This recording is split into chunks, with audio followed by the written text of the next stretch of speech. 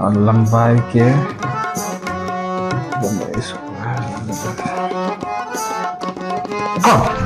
लंबाई और गुना स्क्वायर। हाँ तो क्षेत्रफल तो निकलिए गए। क्षेत्रफल हो गई लंबाई। लंबाई स्क्वायर को कई कौन क्षेत्रफल के किया निकाल रहा छिए? कोनो वर्गाकार टेबुल थोड़े छै। टेबुल के शेप आयत में छै, आयताकार रेक्टेंगुलर छै। और आयत के क्षेत्रफल होय छै लंबाई गुने चौड़ाई।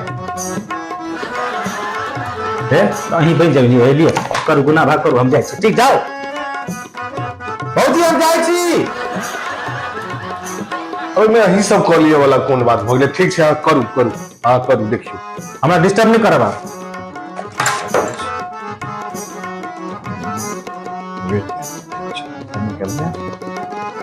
यो कहलूं कि आयल छथिन कनी बेड ठीक करा लीतिए। 10 बेड थोड़े देखलिए सब लेने छिए, कनी गड़बड़ भ गेल छै कनी। हां हां तो अभी कह दे छी। रुक उठल वाला की वाला?